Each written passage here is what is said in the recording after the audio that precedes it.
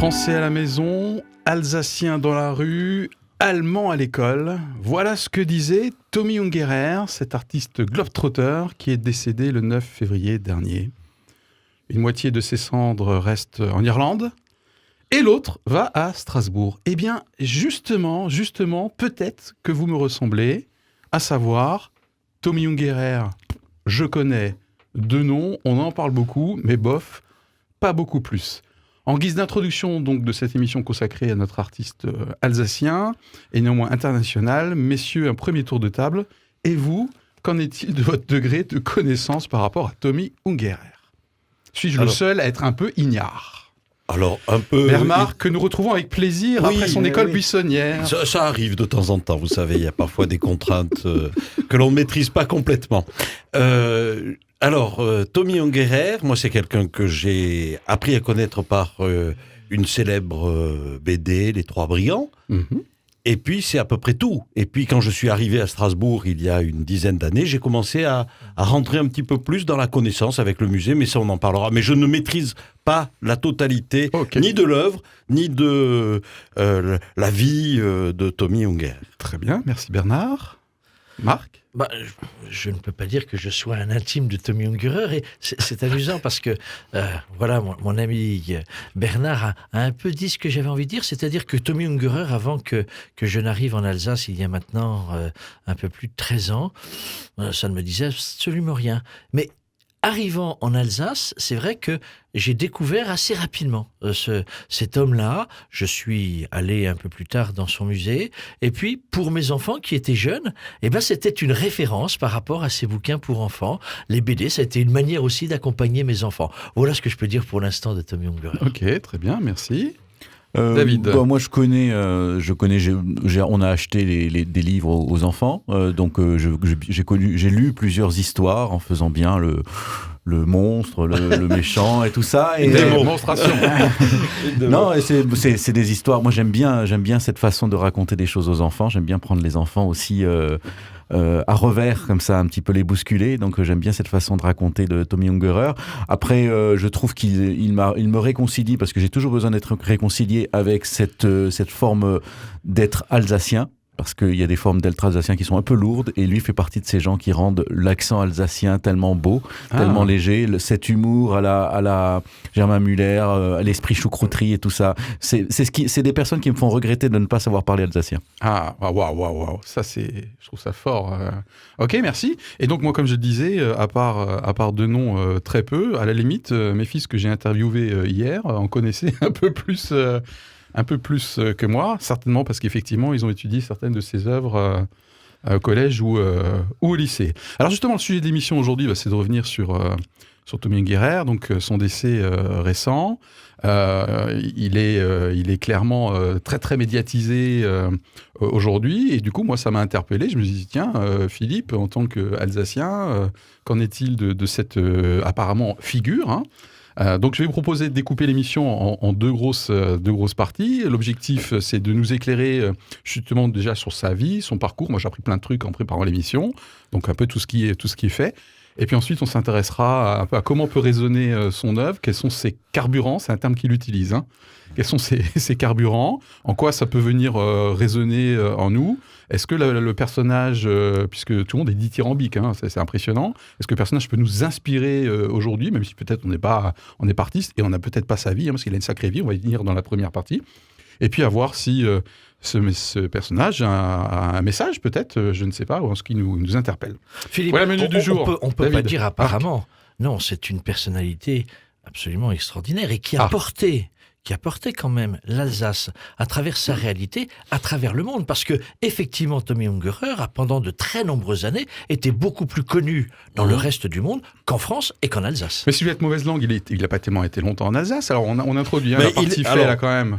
Moi aussi, j'ai appris pas mal de choses. Il est né en 1931 et il est parti aux US en 56. Donc, il avait 25 ans. Il avait 25 ans. C'est Bernard qui parle. Oui. Oui, vous avez bien. Et avec quand même un parcours extraordinaire, caractéristique aussi de toute une génération d'Alsaciens. Il est né en 31 à Strasbourg, d'une famille d'horlogers, d'industriels, et son papa est mort à 4 ans. Et c'est quelque chose qui visiblement... Quand il avait 4 ans. Quand Tommy avait 4 ans. Quand Tommy Ungerer avait 4 ans. Oui, le papa n'avait pas 4 ans. Non, il fallait préciser peut-être. Je confirme, Bernard est de retour. Ça l'a... Visiblement, il en a parlé souvent au cours de son existence. C'est une réalité qui l'a profondément marqué dans son rapport à la vie et à la mort, dans le sens à donner à tout cela. Et puis, suite au décès de son père, la famille, sa maman, a été s'installer de son côté chez les grands-parents à Colmar. Et donc, il a fait toute sa scolarité à Colmar, marquée par ce qu'est la guerre. Puisque alors qu'il était tout jeune, la guerre est déclarée, l'Allemagne nazie arrive en Alsace et est totalement prégnante dans la vie quotidienne de Tommy Ungerer à Colmar. Et là aussi, quelque chose qui l'a profondément marqué par rapport à sa culture alsacienne, sa revendication française et les drames qui ont été vécus alors. Et puis dernier point, pour ne pas être trop long et vous laisser aussi, il a raté son bac parce que justement il était déjà relativement écorché vif. Dans la provoque aussi. Incroyable. Hein. Non, mais il s'est fait avec l'accent qu'il avait, hein. il était tout de suite repéré. Hein. Ouais. C'est ça, et le problème. son bac, alors qu'il était déjà très imprégné, il avait besoin de faire des dessins, de regarder un peu le monde à travers sa main de dessinateur. Eh bien, il a fait des choix en disant ça suffit, je vais aller finalement découvrir le monde d'une autre manière. Mm-hmm. Ok, merci pour cet éclairage assez complet. Qu'est-ce qu'il y a d'autre à découvrir dans le parcours de Tommy Ungerer ? Moi, ce que je trouve, c'est que ça donne l'occasion de voir 87 ans d'une vie et d'une vie de la société. Mm-hmm. Et ça, c'est passionnant. Moi, je trouve que sa vie est faite de plein d'accidents et c'est pas vraiment une vie de stratège. Je veux dire, il a pas eu une stratégie pour mener sa vie, pour mener sa carrière. Il a rebondi d'un truc à l'autre, il s'est cogné à quelque chose, il est reparti d'un autre côté. Pour ça que moi, je pense pas qu'il faut spécialement en faire un modèle d'une pensée, d'une truc. C'est quelqu'un qui a vécu, qui a bricolé, qui a rusé, qui a rebondi. Et c'est très intéressant de ce point de vue-là, en fait, sans en faire une icône, en tout cas. Avec des maîtres mots quand même, David. J'aime bien parce que Tommy Ungerer, c'est vrai que quand j'avais découvert dans son musée, dans le musée qui lui est dédié à Strasbourg, j'ai été passionné par cet itinéraire, par des maîtres mots qui pour moi sont très forts et qui peuvent s'inscrire, non pas du tout parce que Tommy Ungerer n'aimerait absolument pas qu'on le considère comme un donneur de leçons, il est l'inverse de cela, mais c'est la question de la liberté, la question d'une attention profonde à l'humanité, avec la dénonciation de choses qu'il considère comme scandaleux. On y reviendra tout à l'heure, mais c'est véritablement comment se servir de son talent, de son art, pour imprégner un regard libre sur la vie, sur la société. Et ça, il l'a fait pendant toute son existence, et je trouve que c'est quelque chose de très fort pour un homme aussi qui est marqué par deux autres convictions très fortes, la paix. Dès le départ, et tout de suite après la guerre, il a travaillé à travers ses dessins sur la question de la réconciliation entre Français et Allemands. Et il est marqué par cette construction constante de la paix. C'est un homme de paix, c'est un artisan à travers ses dessins de la paix, et ça je trouve que c'est très très beau à ce niveau-là. Et puis un défenseur de la construction européenne, même si dès qu'il a pris cette défense-là, il était relativement loin aux États-Unis pour prendre se dire que c'est l'Europe qui peut être l'avenir pour mieux vivre ensemble. Mm-hmm. Bernard. Je voulais juste rebondir sur ce que disait David par rapport au fait que Tommy Ungerer avait se cogné contre des murs et puis rebondissait et repartait. Sa première BD, personne n'a voulu l'éditer, il est allé chercher un copain. Et puis ils ont créé une maison d'édition pour imprimer la BD. Il n'en a pas beaucoup vendu. Il raconte qu'ils ont fait faillite, ils ont mis les livres au pilon. Donc c'est effectivement quelqu'un qui ne s'est pas arrêté à ces accidents de la vie, comme tu le disais. Voilà, c'est vraiment... Et ça a l'air de démarrer très tôt, hein, cette capacité de rebond, et à mon avis assez instinctive, hein, effectivement, parce qu'à l'âge de 15 ans, il part quasiment faire le tour en vélo. Avec de briques et de broc, il monte jusqu'au cercle polaire. Il va aux États-Unis, à New York, avec 60 en poche. Et puis à un moment donné, ça m'a frappé aussi, toujours en termes de parcours. Hein. Il vit à New York, je crois, pendant une grosse dizaine d'années avec une première femme, et bam, gros contraste, enfin à mon avis j'y vais, dans une ferme, dans une presqu'île dans le nord canadien, quoi. Ça vous a pas frappé Parce qu'il n'avait plus sa place aux États-Unis, faut pas l'oublier non plus. Il a été blacklisté. Hein. C'était quand même quelqu'un qui, tout au long de sa vie, alors j'aime bien la façon dont Marc parle des valeurs qui portaient le travail de Tommy Ungerer, la paix, la reconstruction, mais c'est quand même quelqu'un qui s'est inscrit dans la provoque dès le départ. C'est la deuxième partie que j'aimerais qu'on aborde. Est-ce qu'il y a d'autres éclairages pour notre audience qui soit un petit peu pas connaisseuse peut-être, qui n'est pas connaisseuse? Je peux rajouter encore quelque chose. Après Marc, alors. Il y a quelque chose qui marque. J'ai deux personnes qui m'ont marqué dans la connaissance de Tommy Ungerer. C'est celle qui a été à la création et au développement du musée Tommy Ungerer, c'est Thérèse Villers, qui me parlait de Tommy Ungerer, bien sûr, avec une chaleur extraordinaire. Et ce terme de chaleur, il est pour moi référent. Je n'ai pas connu, je n'ai pas rencontré Tommy Ungerer, mais un autre grand ami de Tommy Ungerer, Robert Walter, qui a accompagné durant ces dernières années toute la notoriété des œuvres de Tommy Ungerer. Et Thérèse et Robert disaient, mais ce qui caractérise Tommy, c'est sa chaleur. C'est sa soif de vie, sa chaleur dans la relation à l'autre, etc. Alors, c'est pas obligatoirement un personnage si facile que ça, comme tout créateur, mais voilà, c'est aussi un signe de cette personnalité qui avait, dans ce que l'on peut voir dans les images, etc., un sourire extraordinaire, un sourire d'enfant. Comme le tien en ce moment, Marc, si je peux me permettre. Bernard? Il y a une autre réalité qu'on n'a pas encore évoquée, je crois, alors qu'on vient de parler de Tommy. Jean Thomas, c'était son vrai prénom. Oui. Voilà. Ingéré, comme disait un de ses instituteurs. Au lieu de Ungerer. Ungerer, voilà. Une autre réalité qui a participé à sa construction, c'est le milieu dans lequel il a été élevé, qui est un milieu religieux, protestant, je crois, protestant, et on voit après dans son parcours de vie qu'il est engagé. Et quand on voit des œuvres comme Babylone ou des choses comme ça, où il parlait d'une de ses dernières séries qui voulait finaliser Apocalypse, avec Donald Trump qui était un des cavaliers de l'Apocalypse, on voit qu'il y a toute une culture là qui porte, qui sous-tend en tout cas son art. David, oui, il y a une autre chose moi qui m'a intéressé, c'est que donc bon, effectivement il faisait du scoutisme, mais quand il était jeune, il a surtout été aussi enrôlé dans les mouvements de jeunesse hitlériens en fait, et donc et je trouve qu'il a un regard très très tranquille là-dessus en fait. Il voit bien que voilà, on savait occuper les jeunes à cette époque-là, enfin on savait vraiment leur donner envie et les endoctriner en même temps. Et donc voilà, il a fait la part des choses et il a appris énormément de chants allemands. Oui. Et une de ses œuvres qu'il laisse en fait, qui a marqué les gens, c'est non seulement son œuvre littéraire en matière de jeunesse, non seulement son œuvre publicitaire avec ses affiches et tout ça, et puis son œuvre érotique, mais un autre truc, c'est qu'il a réhabilité le goût du chant chez les Allemands. Il disait ça a eu un impact assez important, c'est-à-dire qu'avant les Allemands n'osaient pas trop chanter.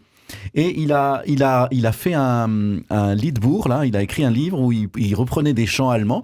Alors, certains qui étaient des chants allemands de l'époque de la guerre, mais voilà, ça a redonné un peu envie. Alors, il disait peut-être des fois un petit peu trop, parce que bon, voilà, le chant, après il y a des chanteurs classiques, enfin, je veux dire, des chanteurs qui chantent en allemand, voilà, ils se sont sentis plus libres parce qu'en fait, ils avaient honte. Pendant longtemps, les Allemands étaient gênés par ce lourd passé nazi, et donc n'osaient plus faire avancer, montrer. Et lui, cet Alsacien a fait un pont justement parce qu'il avait un esprit de paix et dans cet esprit de réconciliation que plein de gens avaient après-guerre, comme Schumann et tout ça, qui voulaient que l'Europe soit le creuset d'une vraie réconciliation et d'une vraie paix pour le futur. Et il a fait des efforts pour que les Allemands se ressentent à l'aise d'être Allemands. Et il l'a marqué jusqu'au terme testamentaire, entre guillemets, puisque dans l'hommage qui lui a été rendu à la cathédrale de Strasbourg, un hommage œcuménique, un hommage très large, c'est d'abord lui qui avait souhaité et qui a demandé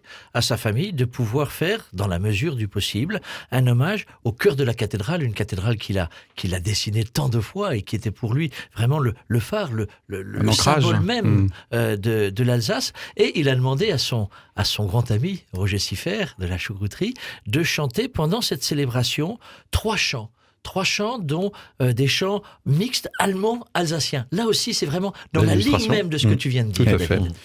Bernard, que vous rajoutez au niveau des faits avant qu'on fasse une petite pause, contexte. Je veux dire quelque moi, chose, j'en ai. mais le fait de me retrouver au cœur de la cathédrale Ça t'a avec touché, Roger là. Siffert, voilà. Ça te touche, hein. Oui. Ouais. Et ben, Marc disait que c'était une célébration œcuménique, effectivement. Et là, on retrouve le vécu, puisqu'il y a un pasteur, je crois, Geoffroy Goetz, Oui. qui a été président de l'église réformée d'Alsace et de Lorraine, qui connaissait bien la famille. Voilà.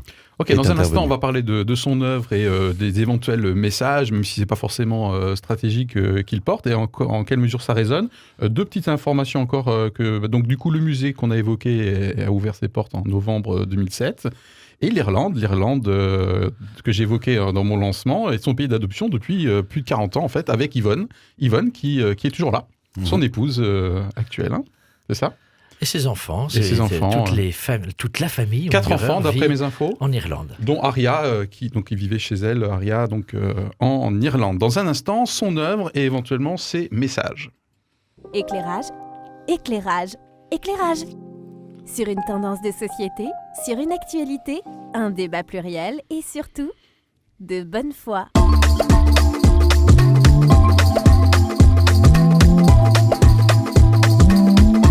Éclairage.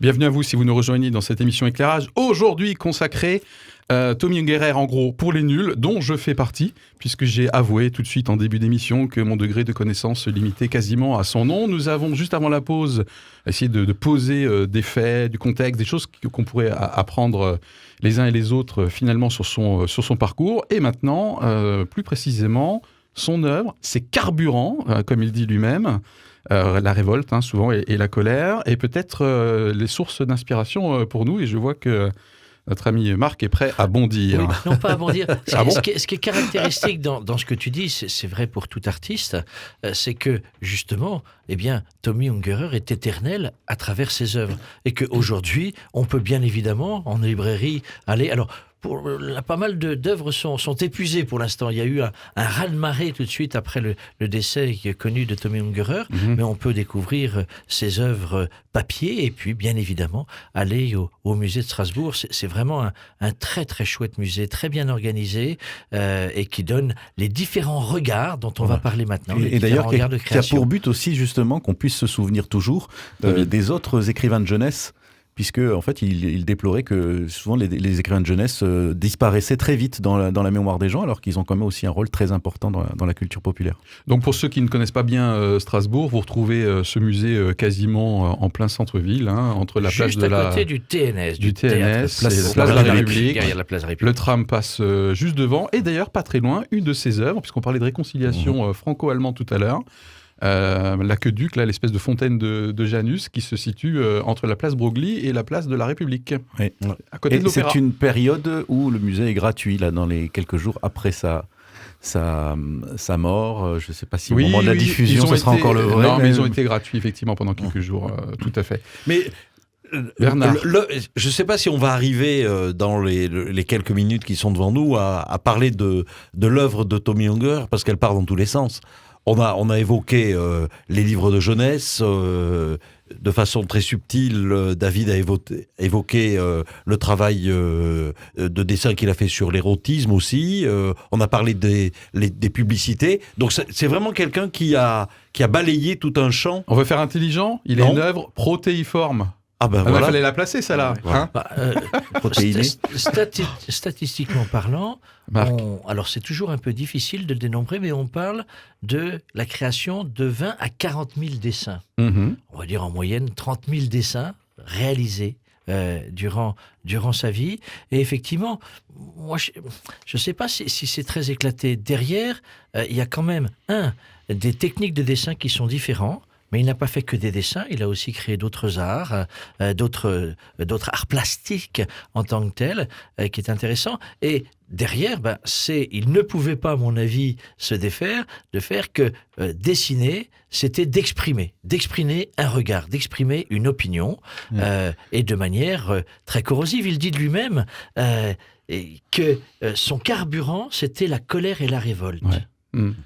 Et que sans ce carburant-là, il n'y aurait pas ces dessins aujourd'hui. Oui. Il disait en fait, sa façon d'écrire, d'ailleurs, il avait du mal à relire ses livres et à regarder ses David. œuvres, parce que pour lui, c'était presque comme des déchets qu'il lâchait, en fait. Il disait, il réclamait le droit de tirer la chasse. C'est incroyable, hein. Il dit, c'est comme un besoin, et quand on a fait son besoin, on tire la chasse. Voilà, Texto dans le texte. Waouh. C'est ça. Donc pour lui, c'était, voilà, il exprimait David. quelque chose. Il se trouvait que ça plaisait aux gens et que ça marquait les gens et que ça faisait vibrer d'autres personnes. Donc il a gagné sa vie grâce à ça. Mais surtout, ce qu'il avait d'abord besoin, c'est des voix, des cris de désespoir qu'il arrivait à exprimer par le dessin. Et d'ailleurs, il dit lui-même, j'écris mes livres le plus vite possible pour m'en débarrasser, quoi. Ouais. Hein, on est Ouais, c'est vraiment ça. sur Il y a un quelque rapport à chose, son art, un point d'accroche et il le fait. Du coup, avant la petite pause, on a justement parlé de son parcours. Ça semble évident que du coup, les carburants que Marc nous a rappelés à l'instant sont directement tirés de son parcours, hein, et de son enfance. histoire. Son histoire, merci, c'est tout à fait le bon terme, quoi.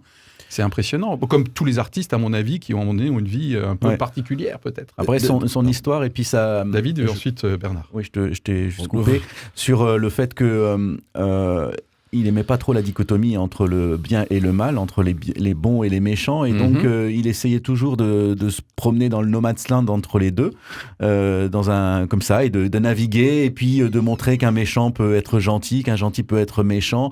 Et souvent, les enfants étaient au milieu de tout ça, très sereins, très peu apeurés. C'est pas des enfants qu'on manipule. C'est des gens qui étaient là et qui finalement sont souvent le déclencheur d'une transformation intérieure d'un méchant en gentil. Par exemple, les trois brigands qui ouvrent finalement un orphelinat.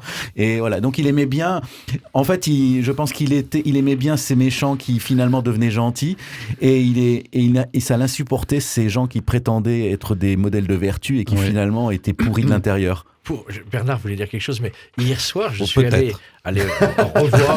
J'ai choisi dans la bibliothèque de mes enfants un bouquin et je suis tombé sur le géant de Zébaldar. Et c'est vraiment ce que tu dis, David. Cet ogre qui veut manger tous les enfants et qui fait que les parents ont squatté sous la terre leurs enfants pour qu'ils soient protégés des ogres. Et puis, une jeune fille, cuisinière extraordinaire, rencontre cet ogre. Elle n'a même pas l'idée qu'elle va se faire manger. Mais lui, en voulant la manger, chute, se blesse. Et elle va prendre soin de lui, elle va lui donner à manger avec un talent extraordinaire. Et suite à cela, il lui dit « Mais viens chez moi me faire la cuisine ». Et transformation, et le final, quelle belle transformation, c'est que cet ogre devient l'époux de cette jeune cuisinière et ils eurent beaucoup d'enfants. Quel beau message. C'est vraiment, à mon avis, le cœur de la vie de Tommy Ungerer. Alors, tu parlais du sourire de Marc, là, il fallait voir ses yeux, parce que ça pédit. Je voulais dire quelque chose justement par rapport à ce que David soulignait aussi. Le fait de voir Tommy Ungerer qui est dans ce no man's land entre le bien, le mal, les méchants qui peuvent devenir gentils, les gentils qui peuvent devenir méchants. Au tout début de notre rencontre, David parlait de la façon dont Tommy Ungerer portait l'alsacitude, si je peux me permettre ce mot barbare. C'est ce qu'il disait. Il disait que l'Alsace est une terre occupée entre la France et l'Allemagne. Alors, qui sont les bons, qui sont les méchants? Suivant les périodes, s'il est parti aux États-Unis, c'est parce qu'il ne supportait pas que l'Alsace soit française.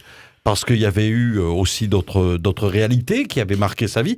Donc, ce terrain-là, entre deux, cet entre-deux dans lequel, d'ailleurs, il ne supportait pas qu'elle soit française, je pensais un petit peu fort. Oui, même s'il était agacé par le jacobinisme français.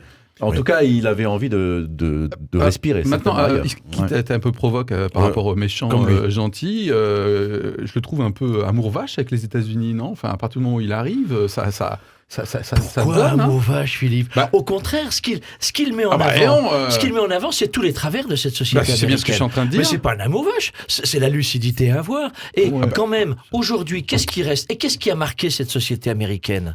Eh bien, en grande partie, c'est les dessins de Tommy Ungerer.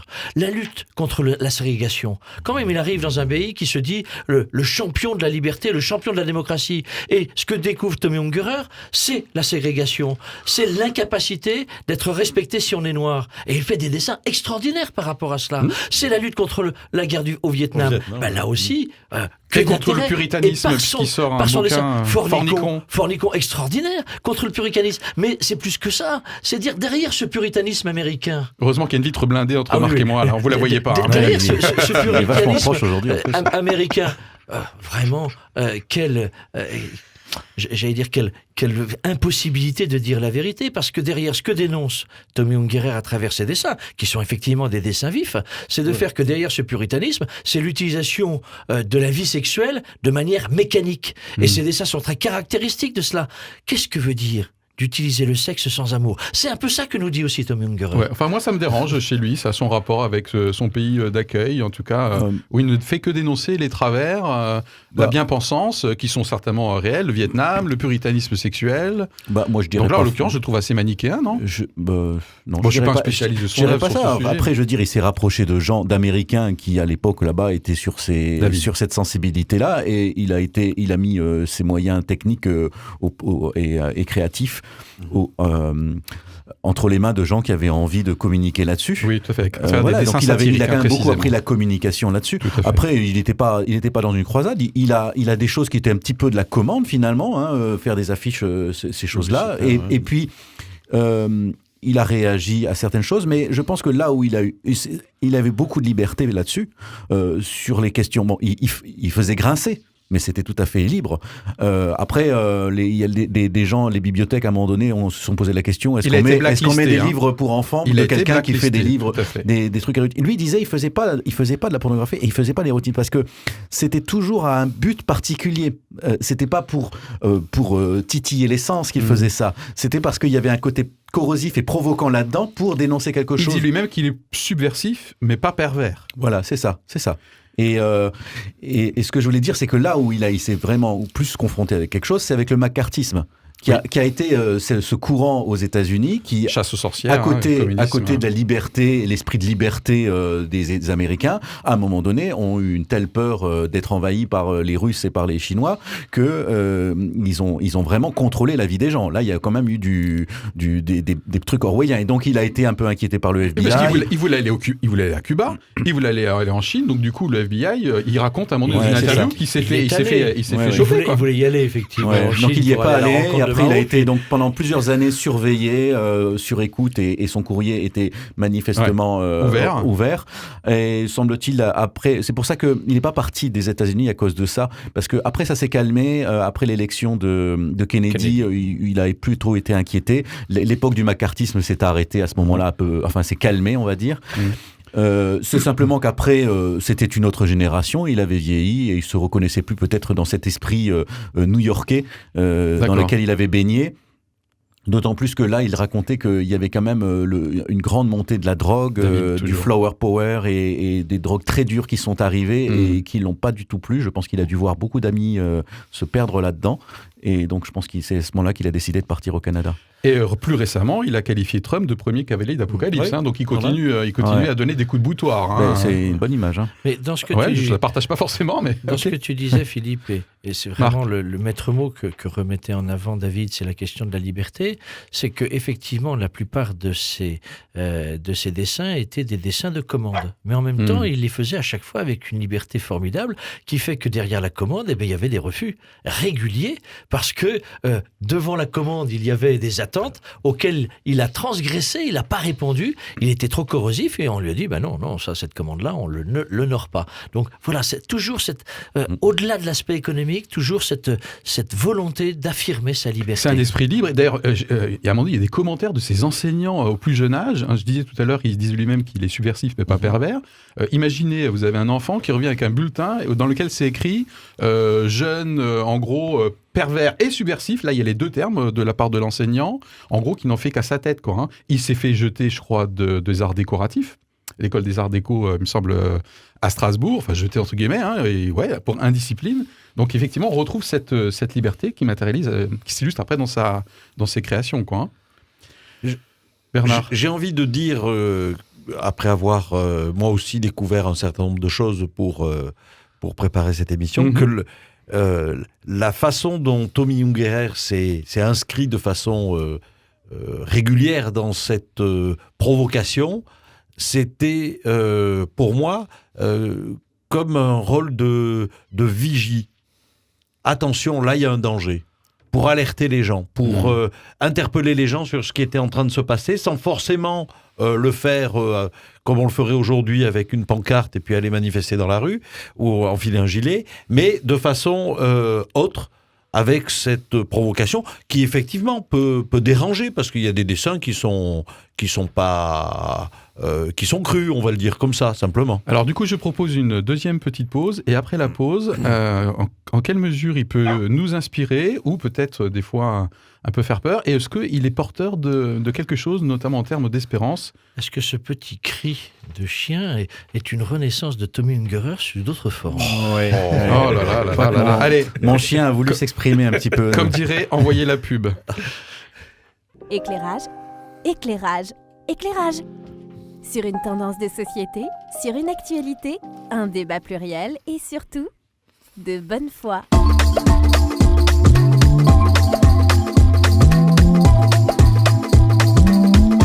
Éclairage. Dernière partie de notre émission Éclairage, aujourd'hui consacrée donc à Tommy Ungerer, qui nous a quittés le 9 février dernier. Lors des 2 premières parties, nous avons essayé d'éclairer notre audience pour la rendre plus connaisseuse et avoir une culture générale sur les faits, le parcours de cet artiste protéiforme, avons-nous dit tout à l'heure. Waouh, qu'il parle bien, cette émission. Et ensuite, nous sommes intéressés à son œuvre et son côté corrosif. Dernière partie consacrée peut-être à la résonance que son œuvre peut avoir, puisque quelque part, il avertissait, on s'est quitté avant la pause avec Bernard sur ce sujet. Quelle résonance? Est-ce qu'il y a un message? Est-ce que c'est quelqu'un qui peut nous inspirer également en termes d'espérance? Est-ce qu'il avait un message? Est-ce qu'il avait une foi? Peut-être, ça j'en sais rien, j'ai pas trouvé d'infos là-dessus, même si on a vu que son enfance était marquée par du protestantisme. Bernard?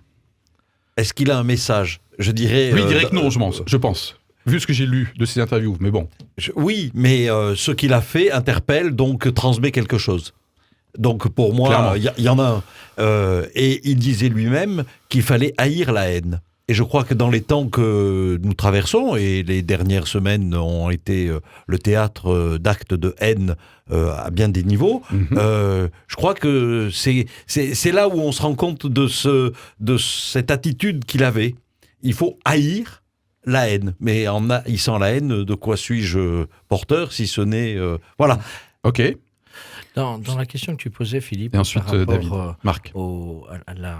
À son engagement de foi ou autre, Tommy Ungerer disait qu'il priait tous les soirs. Alors, il ne savait pas directement s'il s'adressait à Dieu, mais c'était une manière aussi de pouvoir remercier de ce qu'il avait vécu de ses journées, etc.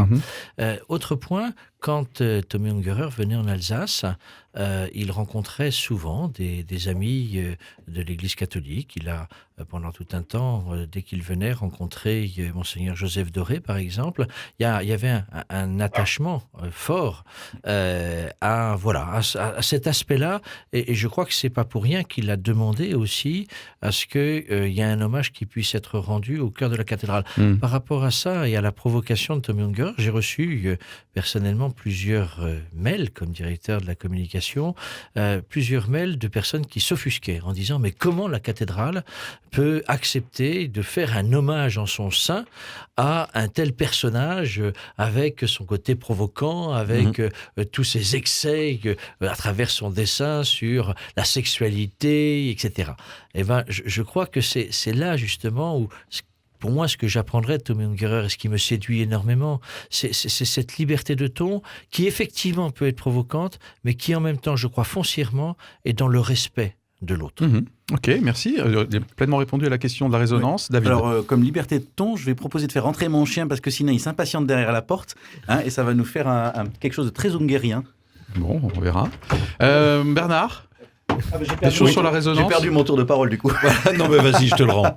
Voilà. Non mais je t'en prie. Non, ok. David.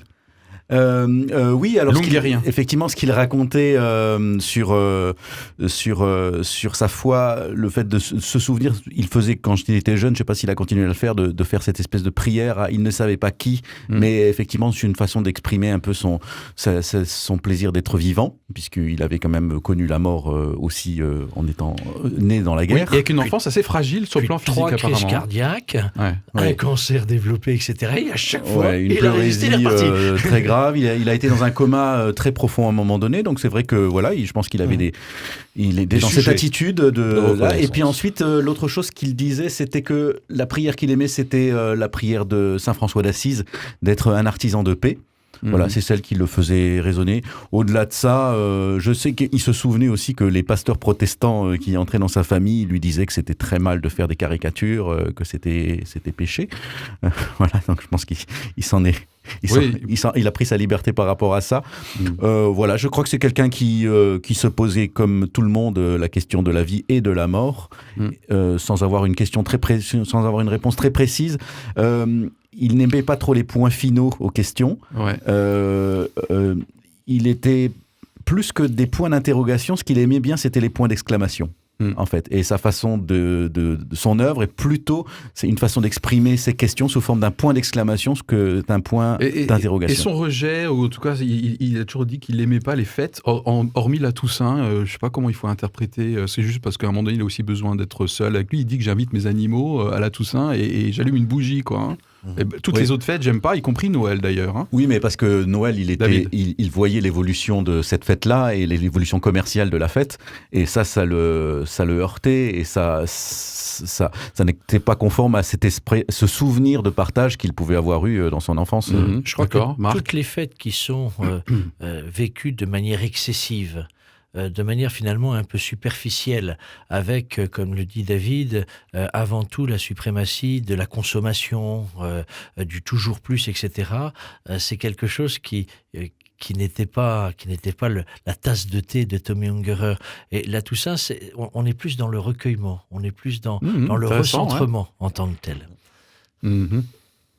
En tout cas, d'un point de vue, puisque je suis un petit peu artiste à mes heures perdues, je retrouve des composantes habituelles. Hein. C'est que souvent, ce qui est brillant, ce qui est incisif est souvent le fruit de blessures et d'un parcours et d'une vie marquée souvent par une hypersensibilité. Il se qualifie lui-même d'enfant hypersensible dans ses jeunes années. Un parcours marqué par... un parcours, traumatique, quelque part. Un parcours traumatique sur plein d'aspects. Et on retrouve ça aujourd'hui, du coup, une fibre artistique très sensible, mais qui, moi, en tout cas, en regardant un peu ses œuvres, en faisant des rétrospectives, j'ai pas forcément trouvé de source d'espérance personnelle là-dedans. Tu me permets, par rapport au parcours, de citer une expression de Tommy Ungerer. Il aimait à dire « Le parcours de ma vie a été aussi sinueux qu'escarpé. Je suis un touche-à-tout, j'ai passé mon temps à changer de style. Chaque virage est une autre façon de m'exprimer. Maintenant, je suis en roue libre, sans permis de conduire. » Effectivement, c'est une belle citation. La roue libre, c'est génial. T'es là, tu te laisses aller. Ça roule tout seul. Ce que tu disais par rapport à la création, et ce qu'elle peut révéler d'un parcours, je crois que là, effectivement, on a le signe d'une créativité à fleur de peau, sur tous les sujets, que ce soit dans ses affiches ou sa dénonciation on parlait de la ségrégation de la guerre du Vietnam tout à l'heure. La question que tu glisses subrepticement, c'est celle de l'art. Est-ce qu'il faut être forcément torturé c'est exactement ça. pour être artiste? Je ne sais pas s'il faut être torturé pour être artiste. Je pense qu'il faut être très sensible pour être artiste, déjà. Ouais. Moi, je pense qu'il faut être sensible, mais il faut aussi, ce qu'on est tous dans une grande mesure, mais surtout, il faut avoir une capacité de se décaler, de sortir un petit peu de l'endroit où on est englué. Et ça, souvent, c'est le fait d'avoir vécu un traumatisme qui nous décale, qui comme une roue un peu voilée, quoi, nous fait que voilà, ça super image. Ce rebond dont tu parlais. Oui, c'est ça. Et d'ailleurs, dans une interview, il racontait, alors qu'il n'avait pas encore 70 ans à ce moment-là, mais il s'en approchait, il disait, je disais toujours, 70 ans, c'est le dernier tremplin de la vie, mais souvent, on ne se pose pas la question si la piscine est vide. Waouh, j'avais zappé ça. Ça veut dire que, voilà, ça veut dire, ok, on a mené une vie, on fait quelque chose, mais finalement, on se rapproche peut-être de la question primordiale, mais est-ce que tout ça n'est pas vain? Ouais. Et il disait, je pense que ça montrait une vraie question, et il dit, bon, maintenant, en fait, je pense que surtout, j'ai appris à nager dans une avalanche. Et voilà, et je trouve que ça résume bien sa vie, c'est-à-dire que sa vie a rebondi d'un truc comme ça, il a été dans une avalanche et il a travaillé à nager sans vraiment très bien savoir. 4 minutes d'un point de vue existentiel, justement, j'aimerais rebondir là-dessus pour les 4 minutes qui nous restent. J'ai dit tout à l'heure que moi, je ne percevais pas de messages d'espérance. Je perçois des cris de dénonciation, je perçois chez lui effectivement une lucidité un peu existentielle là, sur je cours dans l'avalanche, etc. Mais je perçois pas je dis pas qu'il devait en avoir un, mais je perçois pas de message d'espérance chez Tommy Ungerer. Pour moi, en tout cas. Alors, juste oui, avec la solution Ireland, je veux bien, mais comment alors? Attends, mais ce que vient de dire David est un signe d'espérance. Ah, je l'ai pas perçu. Merci. Apprendre, savoir nager dans une avalanche, c'est savoir ne pas être emporté par l'avalanche. Ah, alors Philippe, j'ai rajouté une à Bernard. Okay. C'est ce qu'on a dit tout à l'heure. Marc. En particulier dans ces bandes dessinées pour enfants.